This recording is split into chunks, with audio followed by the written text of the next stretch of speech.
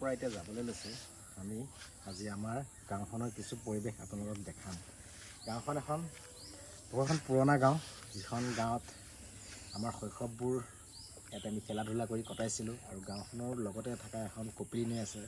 এটা ধুনীয়া এটা পৰিৱেশৰ মাজত আমাৰ গাঁওখন আছে। এই গাঁওখন এটা সকলোৱে জানে এখন পুৰণা গাঁও, সান্দহখোৱা বুলি ক'লে চিনি পায়। তেনেহ'লে আজি আমাৰ গাঁওখনৰ কিছু পৰিৱেশ আপোনালোকক দেখাম। আপোনালোকে দেখাই যাম আপোনালোকক।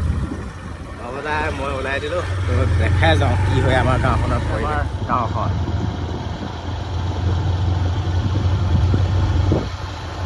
যাবা না?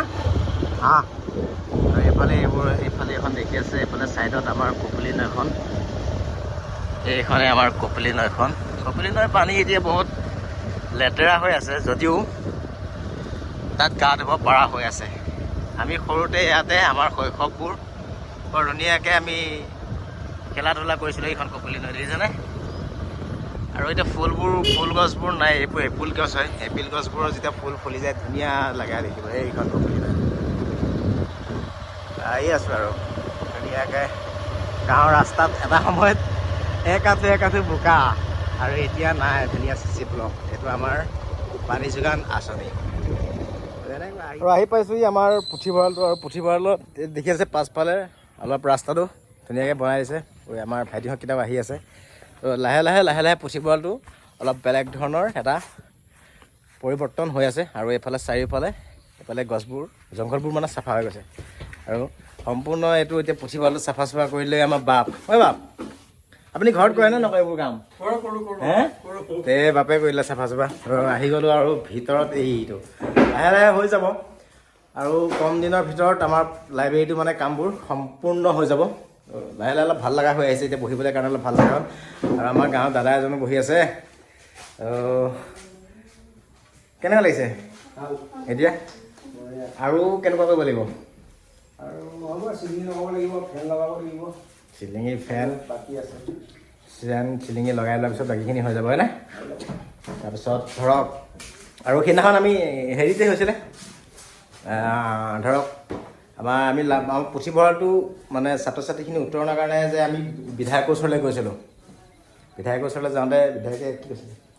বিধায়কে আমাৰ পুথিভঁৰালৰ প্ৰতি সন্মান জনাই তেওঁ 3 লাখ আগবঢ়াইছে।